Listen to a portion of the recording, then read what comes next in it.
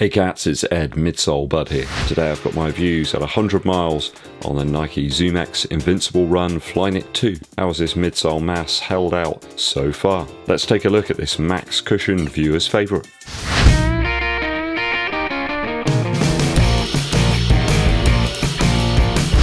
Welcome back to the channel, guys. If you're new here and you haven't done so already, hit that subscribe button and click the bell below for notifications when I roll out those new videos for you. I'd really appreciate as well if you give this video a thumbs up, like, and share it with your running buddies. Hit me up with a super thanks down below as well if you've got a specific question you want answered about the shoe in today's video. Dankeschön. So recently hit 100 miles in the Nike Zoomx Invincible Run Flyknit 2. This is a shoe I grabbed with my own cash a little while back. Hasn't been that long actually, it hasn't taken me long at all to get to 100 miles in this one. I picked up a UK size 11, which is a US size 12. It clocks in at 345 grams, which I believe is about 12.2 ounces. I've been mainly using the shoe for easy day running, some daily stuff, nothing too crazy, all pretty much on roads and pavements with some very light trails and some gravel areas thrown in. And pretty much using it just in the dry as well until the last few days. It's been bone dry here in the UK for ages. Fortunately, we've had a little bit of rain, so it's good for the garden. In fact, I'm well over 100 miles or 160 kilometers in this shoe. I did take it on a recent holiday as a sort of versatile do-it-all walking shoe, and it did a fantastic job. A good all-round cushion city centre option. We'll kick it off with the upper today. So upper-wise, I do think the V2 is an improvement over the original version of the Invincible Run. The toe box structure seems to keep the material away from my toes a little bit. You will remember I had some issues there on the outside of my big toe. Some dreadful blisters. I've never ever experienced those in any other shoe. Fortunately, in this one, it seems to not be the problem. So is the medial side of my big toe. It was pretty nasty. I do have to comment on the thickness of the upper in the V2. I have felt on some of the hotter summer days that we've had recently it is a little bit warm. There is a lot of padding here, and that's probably going to put a few people off, certainly if you're running in a much warmer climate. I found the lockdown of the shoe was greatly improved by switching up the lacing. Nike shoes seem to come with an under-over style lacing. That over-under method seemed to improve the actual lockdown of the shoe a great deal. Just pulls in the sides of the upper a little bit more over the top of the foot, complete with a runner's knot, and I had a faultless fit. I'm still not dead set on the amount of padding that they've included in the upper of the Invincible Run 2. And there's loads in the heel area and quite a lot on top of the foot, especially around the upper area of the tongue where you're lacing the shoe up. I mean, as a max cushion, very plush shoe, it is what it is, it does what it says on the tin, but for me I just feel they could reduce that down a little bit more and bring the shoe more in line with some of its competitors. Things like the Nova Blast and like the Prime X. I mean, that's about 45 grams lighter than this thing. I think that's going to make it somewhat unsuitable for use in wet conditions. If you're running in a very wet climate all the time, this shoe's probably not going to work for you that well. I can remember the original version of the shoe, running around in that in a rainstorm, and it took on about 60 grams extra weight, all just soaked up in the padding of the shoe. So it's not really perfect from an upper perspective, but certainly an improvement over the V1. I hope for a more Adidas Adizero Prime X approach in terms of the upper in future iterations of the shoe. Perfectly serviceable and comfortable though. Over the 100 miles, I'll give it a 2.6 out of 3 after 100 miles for the upper. Midsole now. Certainly this one has been a real leg saver in terms of midsole cushion. Whether I was walking or running, this one always managed to deliver in terms of comfort. Lots of squash here in the midsole, though as per the Streetfly, I found that sensation quickly starts to disappear over 100 miles. Now, I'm not saying that this isn't a comfortable and very cushioned shoe still, but it's not the same as it was out the box. I found the Streetfly was very similar in that respect, that ridiculous cushion that you get out the box very soon depletes. I do believe that's down to a lack of some sort of internal structural element within the midsole. There's a lot of very compressive foam here, and without anything else within the midsole, it does start to lose some of that magic. The bounce just fades a little bit. I mean, you're left with a very compressive impact protection style midsole here. I wouldn't suggest though that the Zoomx within the Invincible Run is in any way assistive. I wouldn't suggest it's propelling you along at all. it's more like a very comfy pillow. It just lacks that propulsive feel of the Vaporfly or the Alphafly, so don't expect it in this shoe. I think the plate or the AirPods that you get in those aforementioned shoes are actually the element that's providing a little bit more of that exhilarating feel. The Invincible Run's bulk actually nerfs that feeling a little bit. Yeah, it's certainly comfortable, but you can feel the weight.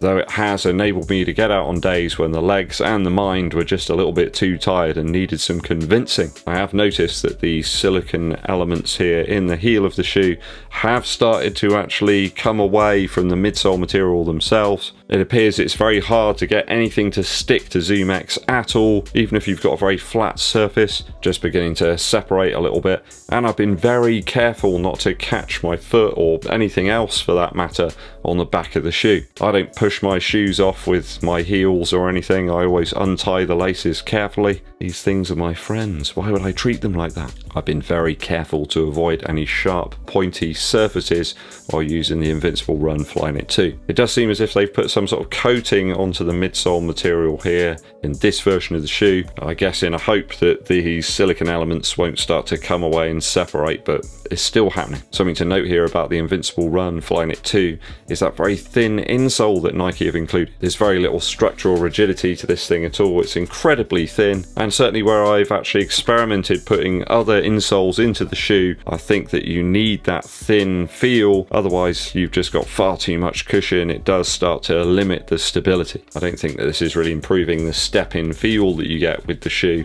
There's just nothing to it at all. I did stick in a crushed up Zoomx insole that I took out of my Tempo Next Percent. That just made the shoe feel a little bit unfocused then. I spent more time thinking about keeping upright on my feet than actually my running. I think that included insole really is there just to protect the actual foam from your foot. You are right up against the Zoomx foam otherwise. I mean, take the insoles out of yours and walk around a little bit without them, you'll soon feel the difference. You're then right on top of the Zoomx and it does feel very odd. I gotta say the midsole's still feeling great. There's loads and loads of miles left in these yet. I just wonder whether we need all the outer edges of the foam here. You can see there's loads and loads that sort of spills out over the side. Do we need that much width? Certainly where I've enjoyed running in shoes like the Adios 7 recently, doesn't have that much width in the heel. I just wonder whether I really need all of this. I mean, it's just so much there at the back. It's just asking for trouble if you ask me in terms of durability. Not quite the same out-of-box feel now,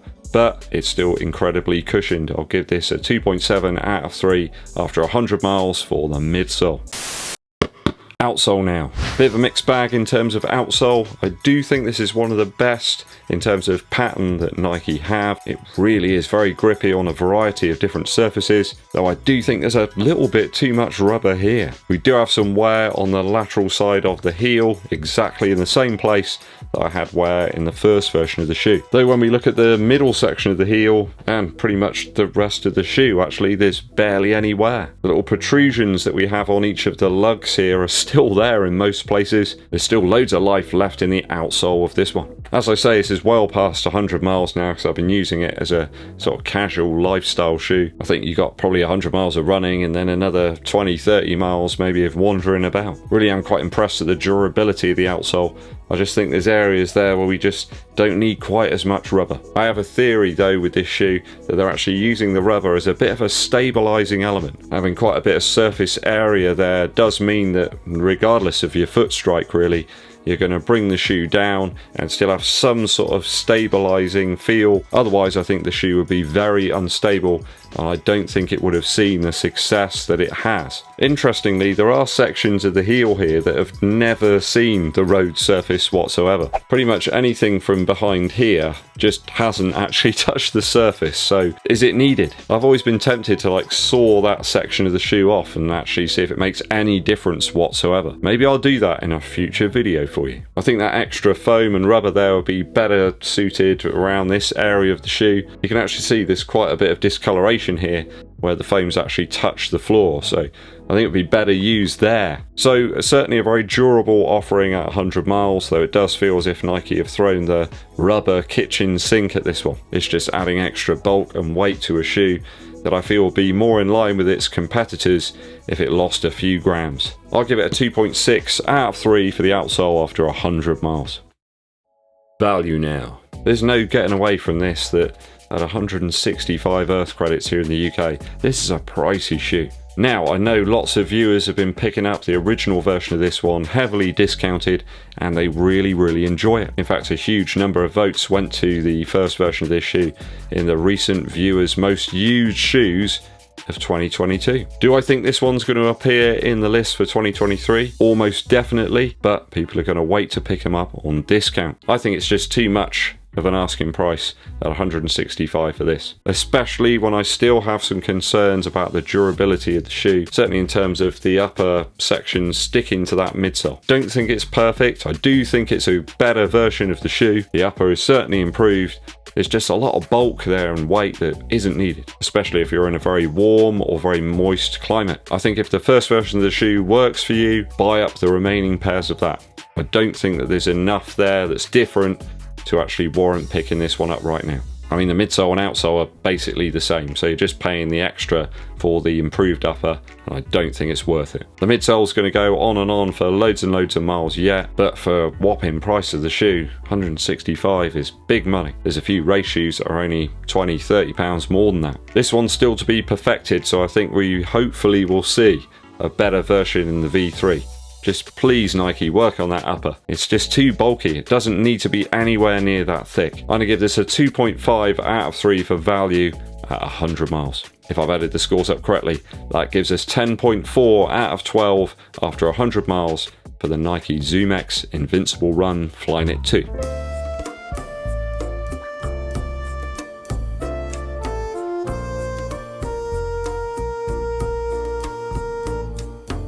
What do you make of this one so far, guys? Will you be picking it up perhaps on discount in a few months' time? Let me know your thoughts and opinions down in the comments. Also, if you'd like me to make that video where I saw off the back end of the shoe just to see how it performs, let me know down below. Musical interlude time. Now, I've included this one before, maybe even twice before, but it's such a great album and so few people have experienced it and enjoyed it. I need to get it back out there. We're talking Modern Lovers 88 by Jonathan Richman and the Modern Lovers. This one has a beautiful cover, one of the best album covers of all time. You got Jonathan Richman there stood looking out over the diner with his saxophone. I mean, it's just beautiful, all the colours, everything. That is how an album cover should look. There's not a bad track on here. It's quite a short album, but sometimes the shortest ones are always the most sweet. Dancing Late at Night and Harpo Played His Harp, New Kind of Neighborhood, Gail Loves Me, California Desert Party. What a track. Circle I and track 10, I Have Come Out to Play. There's some brilliant tunes on here. If you think of old style rock and roll with little doo-wop thrown in, very simple arrangements, very simple, subtle instrumentation. Awesome guitar playing here as well. Jonathan Richman's really on point. Everything's done with this wonderful childlike naivety to it, which is sadly lacking in loads of music recently. For example, walk into JD Sports and listen to some of the music they're playing. Absolute dire.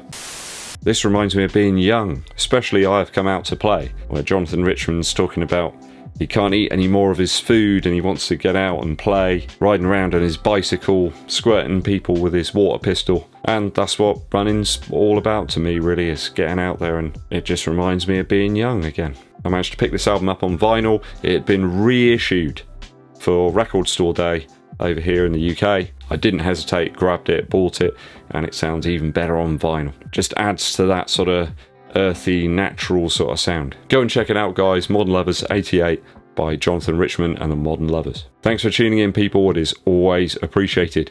Keep spreading the good word. Hit that subscribe button and click the bell below for notifications. Also, give this video a thumbs up, like, and share it with your running buddies. My name's Eddbud, and I'll be seeing you